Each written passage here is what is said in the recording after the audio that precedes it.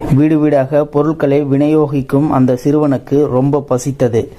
எதையாவது வாங்கி சாப்பிடலாம் என்றால் கையில் பணமே இல்லை. அருகில் இருந்த வீட்டில் ஏதாவது சாப்பிட கேட்கலாம் என்று நினைத்தான். அந்த வீட்டின் கதவை தட்டினான். ஒரு பெண் கதவை திறந்தாள். ஏதாவது கேட்கலாம் என்று நினைத்தான். ஆனால் கூச்சம், கேட்க மனவரவில்லை. கொஞ்சம் தண்ணி கொடுமா, குடிக்க தயக்கத்துடன் கேட்கின்றான். அவள் சிறுவனின் கண்களில் இருந்த பசியை கவனிக்கிறாள். உடனே உள்ளே சென்றவள் ஒரு கப் பாலை கொண்டு வந்து கொடுத்தாள். பாலை குடித்து பசியாறிய சிறுவன் கேட்டான், நான் எவ்வளவு கடன்பட்டிருக்கின்றேன் என்றான். கடனா? அப்படி ஒன்றும் இல்லை. அன்பான செயலுக்கு விலை எதுவும் இல்லை என்று என் அம்மா சொல்லியிருக்கிறார். அவள் சிரித்து கொண்டே சொன்னாள். ரொம்ப நன்றி. சிறுவன் புன்னகையுடன் கடந்து சென்றான். ஆண்டுகள் கழிந்தன. கஷ்டப்பட்டு முட்டி மோதி படிப்பை முடித்த அந்த சிறுவன் மருத்துவம் படித்து அந்த நகரிலேயே மிகவும் பெரிய டாக்டராக ஆனான். அந்த சமயத்தில் அந்த பெண்ணுக்கோ ஒரு கொடிய நோய் வந்தது.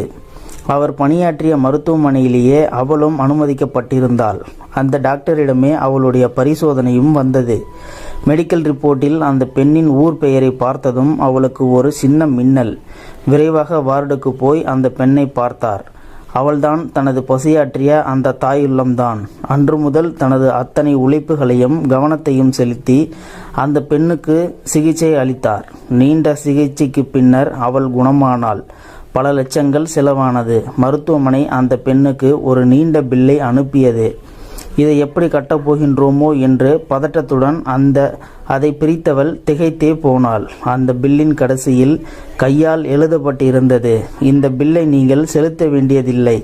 ஒரு கப் பாலில் உங்கள் கடன் முழுவதும் தீர்க்கப்பட்டுவிட்டது. இது நன்றி சொல்லும் நேரம்.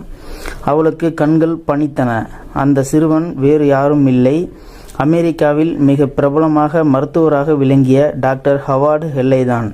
இந்த சம்பவம் 1858ஆம் ஆண்டிலிருந்து 1943ஆம் ஆண்டுக்குள் நடந்த ஒரு சம்பவம். இத்தனையும் நம்ம திருவள்ளுவர் 2 வரிகளில் சொல்லிவிட்டார். அற்றார் அழிபசி தீர்த்தல் அஃதொருவன் பெற்றான் பொருள்வை புலி. இந்த குறள் 226வது குறள். இந்த குறளின் பொருள் என்னன்னு பார்த்துக்கிட்டிங்கன்னா, வறியவர்களின் பசியை போக்குங்கள், அதுதான் செல்வம் பெற்ற ஒருவன் அது பிற்காலத்துக்கு தனக்கு உதவுமாறு சேர்த்து வைக்கும் இடமாகும் அப்படின்னு சொல்லியிருக்காரு. இப்போ நம்ம பெரியோர்கள் என்ன சொல்கிறாருன்னு பார்த்துக்கிட்டிங்கன்னா, பந்தியில் இருப்பவர்களுக்கு ஒவ்வொன்றையும் கேட்டு கொடு, பசியோடு இருப்பவர்களுக்கு எதையுமே கேட்காமல் கொடு அப்படின்னு சொல்லி நம்ம பெரியோர்கள் சொல்லியிருக்காங்க. இந்த வீடியோ பார்த்துக்கிட்டு இருக்கிற நீங்கள் இந்த வீடியோ பற்றின கருத்துக்களை கீழே இருக்கிற கமெண்ட் செக்ஷனில் மறக்காமல் சொல்லுங்கள். இந்த வீடியோ பிடிச்சிருந்தா ஒரு லைக் பண்ணிக்கோங்க. இந்த வீடியோவை முடிஞ்ச அளவுக்கு உங்கள் ஃப்ரெண்ட்ஸுங்களுக்கு ஷேர் பண்ணுங்கள். இது போன்ற தகவல்களை நீங்கள் தெரிந்து கொள்ள நம்மளுடைய சேனலை சப்ஸ்கிரைப் பண்ணிக்கோங்க. மறக்காமல் பெல் சிம்பிளையும் கிளிக் பண்ணிக்கோங்க. நன்றி, வணக்கம்.